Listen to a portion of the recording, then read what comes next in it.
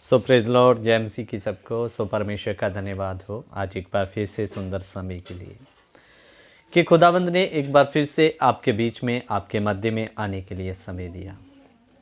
मेरे प्रियो, आज हम परमेश्वर की अदालत के बारे में बात करने के लिए जा रहे हैं और परमेश्वर के उन दो गवाहों को देखेंगे जो ना तो कोई मनुष्य है, ना कोई जानवर है और ना ही उनको कोई खरीद सकता है। कहने का मतलब, जैसे आजकल हम सीरियल या टेलीविज़न में देखते हैं कि एक इस दुनिया की अदालत होती है और इस दुनिया की अदालत में क्या करते हैं लोग कि सही को गलत साबित कर देते हैं और गलत को सही साबित कर दिया जाता है। और कुछ गवाह होते हैं, गवाह जिसके पक्ष में हो विरोधी उसको पैसा दे दे तो वो विपक्ष में होकर उसके खिलाफ गवाही दे देते हैं। कहने का मतलब, इस दुनिया के गवाह तो खरीदे और बेचे जाते हैं, लेकिन परमेश्वर की अदालत में क्या होगा? कौन से गवाह होंगे जिन्हें कोई खरीद नहीं सकता? आज हम इन सारी बातों पर बात करने के लिए जा रहे हैं और बहुत सावधान रहें, सतर्क रहें और परमेश्वर के वचनों के अनुसार ज़िंदगी जिएं, क्योंकि जैसे एक गुनहगार दुनिया की अदालत में खड़ा होता है, अगर मैं और आप गुनहगार ठहरें तो हमें परमेश्वर की अदालत में भी खड़े होना पड़ेगा।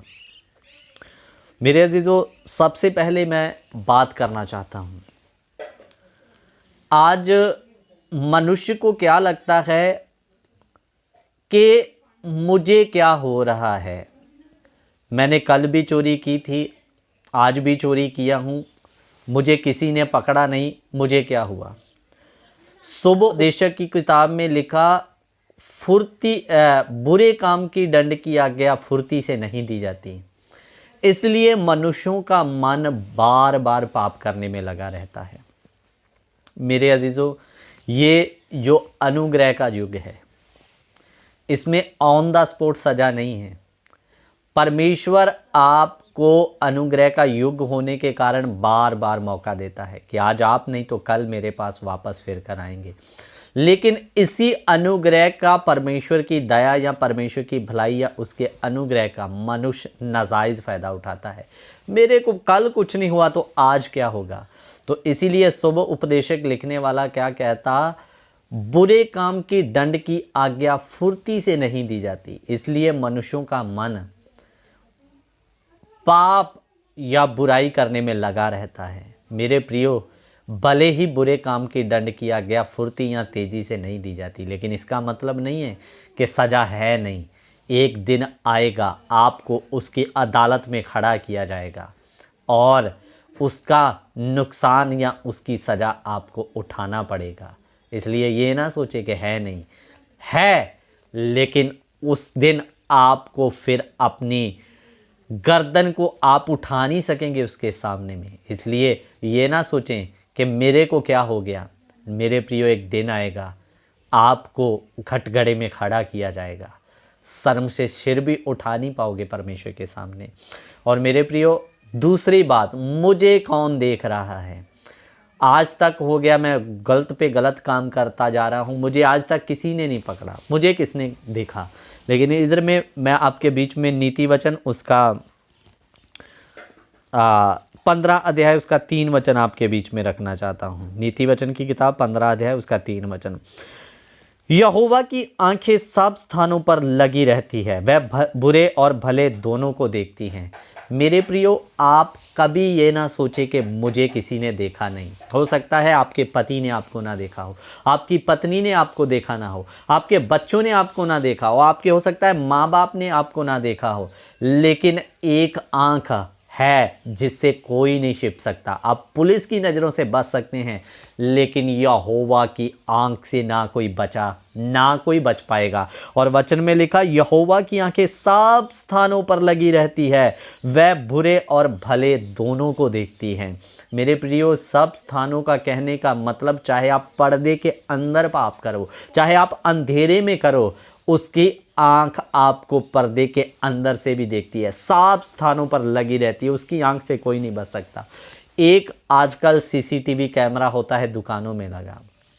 चोर क्या करते हैं, सीसीटीवी कैमरे को तोड़ देते हैं, नहीं तो हैक करके लोग बंद कर देते हैं।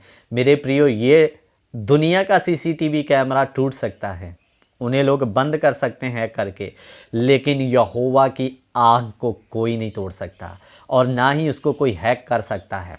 वो वचन में लिखा, ना तो सोता है ना ऊँघता है, उसकी आंख रात दिन आपको देखती है। चाहे आप दिन के उजाले में पाप करो, यहोवा की आंख से नहीं बच सकते। रात को पाप करो तो आप उससे बच नहीं सकते। तो मेरे प्रियो, मनुष्य से बच जाओगे, उससे कैसे बचोगे? आपका सारा अधर्म उसके आगे एक नंगी किताब के या खुली हुई किताब के जैसे पड़ा हुआ है, कोई नहीं बच सकता उसको। तो मेरे प्रियो, जब इस दुनिया को छोड़कर जाओगे, इधर आप आनंद ले लिया, इधर आपको बलिदंड की आज्ञा नहीं मिली, लेकिन जब इस दुनिया को छोड़ के जाओगे, आपको यहोवा की अदालत में खड़ा होना पड़ेगा। और जब उसकी अदालत में खड़े होंगे, यहोवा या परमेश्वर स्वयं उस अदालत में जज होगा। और मेरे प्रियो, आपको यहोवा की हजूरी या उसकी अदालत में जब खड़ा किया जाएगा, तो आपके विरुद्ध में गवाही कौन देगा? कोई मनुष्य या कोई जानवर नहीं। मेरे प्रियो, आइए वचन देखेंगे, जिसको आप खरीद नहीं सकोगे, जिसको आप ही नहीं, कोई खरीद नहीं सकेगा। आइए देखते हैं अय्यूब की किताब, उसका 20 अध्याय, उसका 27 वचन। अय्यूब 20 का 27। इधर में क्या लिखा, आकाश उसका अधर्म प्रगट करेगा और पृथ्वी उसके विरुद्ध में खड़ी होंगी। देखो, यहोवा के दो गवाह, आकाश उसका अधर्म प्रगट करेगा और पृथ्वी उसके विरुद्ध में खड़ी होगी।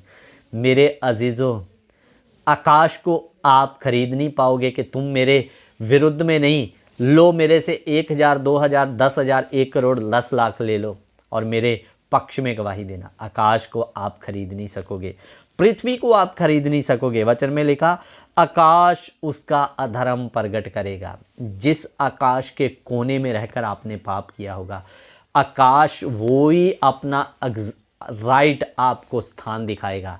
परमेश्वर, मेरे इस स्थान के नीचे इस व्यक्ति या इस औरत ने ये पाप किया था, देखो मैं इसका आपको सीसीटीवी फोटो या आपको खुले पर्दे में यह दिखा रहा हूं कि मेरे इस जगह के नीचे इसने कत्ल, व्यभिचार या खून किया था।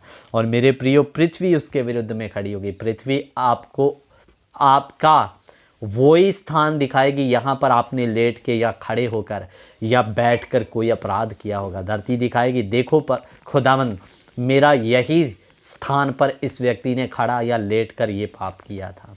तो मेरे प्रियो, ये है यहोवा के गवाह। यो न्याय के दिन यहोवा की अदालत में आपके गुनाह को प्रगट करेगा। इनको कोई ना तो खरीद सकता है, ना ही बेच सकता है मेरे प्रियो। इसलिए सावधान हो जाए, ये ना सोचे कि मेरे को क्या हो रहा है। एक दिन दंड की आज्ञा आएगी, भस्म करके रख देगी।